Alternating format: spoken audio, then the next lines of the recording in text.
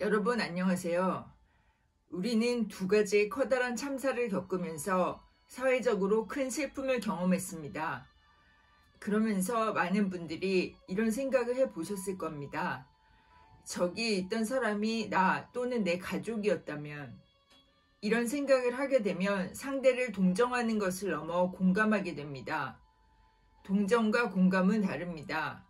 동정은 힘든 상황을 단지 머리로 이해하는 것이고, 공감은 그 사람의 처지에 나를 대입해 마음으로 느끼는 것입니다.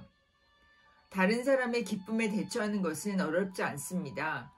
그의 기쁨을 이해하지 못하거나 덜 기뻐해줘도 그 사람은 현재 기쁘기에 상처받지 않습니다. 그러나 힘들 때는 다릅니다.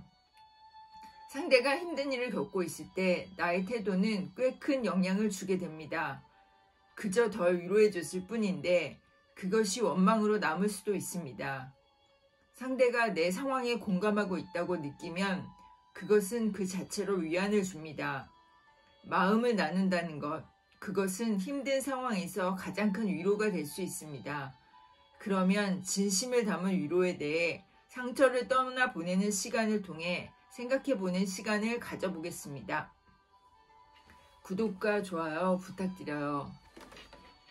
영화 룸은 보이거나 보이지 않는 상황이 한 사람을 약자로 만드는 냉정한 현실을 보여준다. 조이는 고등학생이던 17세에 학교에서 돌아오던 길에 한 남자에게 납치를 당한다. 그 후 7년 동안 작은 방에 감금된다. 그 방에서 아들 잭을 출산하고 키운다. 작은 방에서 손바닥만한 크기의 창문을 통해 하늘을 보며 7년의 감금 생활이 이어진다. 그러던 어느 날 조이는 잭과 함께 가까스로 탈출해 집으로 돌아온다. 조이는 그 방에서 나오면 행복할 줄 알았지만 시간이 흐를수록 삶이 힘겨워진다. 조이가 7년 동안 감금되어 있을 때 부모님은 이혼해 그녀가 믿고 의지할 만한 보호막도 없고 세상은 그녀를 호기심의 대상으로만 바라본다. 사람들은 세상으로 돌아온 이후의 그녀의 삶보다 7년 동안 감금되어 있던 삶을 더 궁금해한다.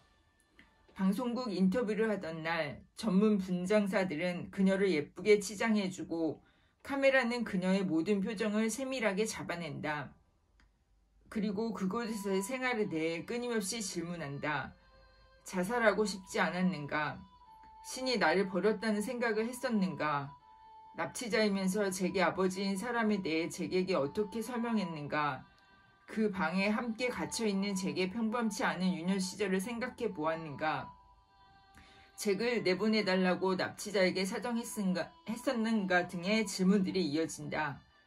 그러나 조이는 아무런 대답을 하지 못한다. 사람들은 상상하는 것으로 경험을 대신하고 답을 만들어 조이를 이해한다고 말하면서 그 질문들을 정리해 들려주었다. 그러나 그 질문들은 조이가 7년 동안 스스로에게 했어야 하는 질문들이었다. 조이는 더욱 스스로를 상처내고 전보다 더 작은 방으로 들어가 버린다.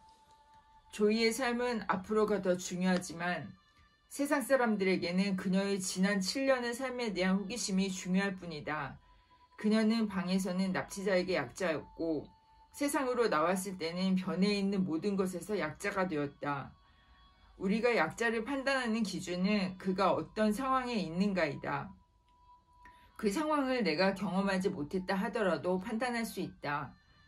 직장에서 일을 잘 못하는 사람, 경제적으로 어려운 사람, 아픈 사람, 가족들의 일이 잘 안 풀려서 고민에 쌓여있는 사람, 실직 중인 사람, 배신당한 사람, 가까운 사람을 잃은 사람들은 약자에 속한다. 어떤 상황에서 나보다 못한 사람도 약자라 할 수 있다.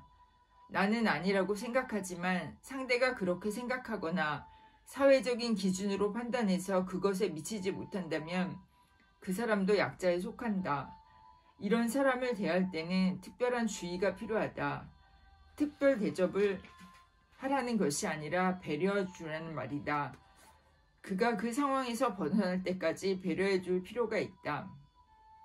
대개의 경우 시간이 흐르면 모든 일은 지나간다. 내가 배려해 준 것을 상대방이 알아차리지 못해도 상관없다. 나는 지금 그가 처해 있는 상황보다 더 나쁜 경험을 하지 않게 해주는 것이 중요하다.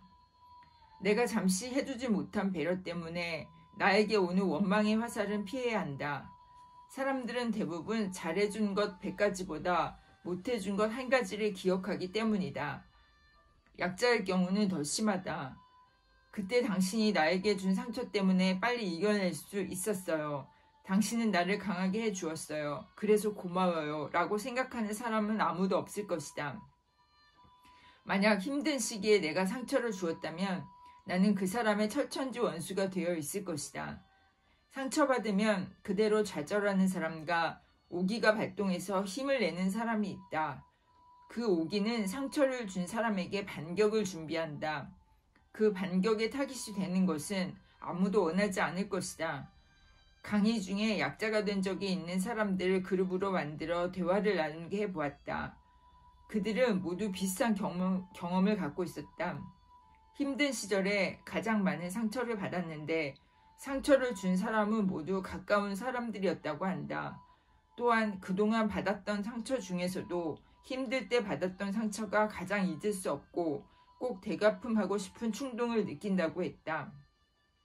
그렇다고 상처 입은 사람이 복수의 칼날을 갈고 있음을 명심하라는 말은 아니다. 약자는 보호의 대상이지 피해야 하는 대상은 아니다. 마음을 나눈다는 것은 바로 그럴 때 필요하다. 미국 소설가 레이먼드 카버의 단편소설 별것 아닌 것 같지만 도움이 되는 애는 아픔을 겪은 사람에게 거창하지 않지만 따뜻한 마음을 나누는 이야기가 나온다. 한 부부가 곧 다가올 아들의 생일을 위해 생일 케이크를 미리 주문해 두었다. 하지만 아들의 생일날 사고로 아들을 잃고 만다. 시간이 지나도 케이크를 찾아가지 않자 빵집 주인은 여러 차례 독촉을 하고 시리에 빠진 부부는 빵집 주인을 찾아가 저주의 말을 퍼붓는다. 그제야 사정을 알게 된 빵집 주인은 부부에게 겉에 입힌 설탕이 아직 굳지도 않은 빵을 대접한다. 그리고 이렇게 말한다. 내가 갓 만든 따뜻한 롤빵을 좀 드시지요. 뭘 좀 드시고 기운을 차리는 게 좋겠어요.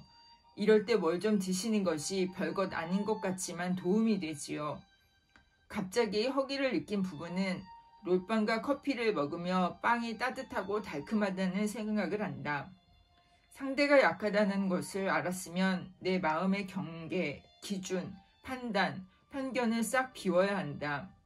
약한 사람 앞에서는 그보다 우선적인 것이 없기 때문이다. 중요한 것은 내 앞에 있는 약한 사람이다. 그렇게 나누는 마음은 그에게도 선물이겠지만 우리에게도 선물이다.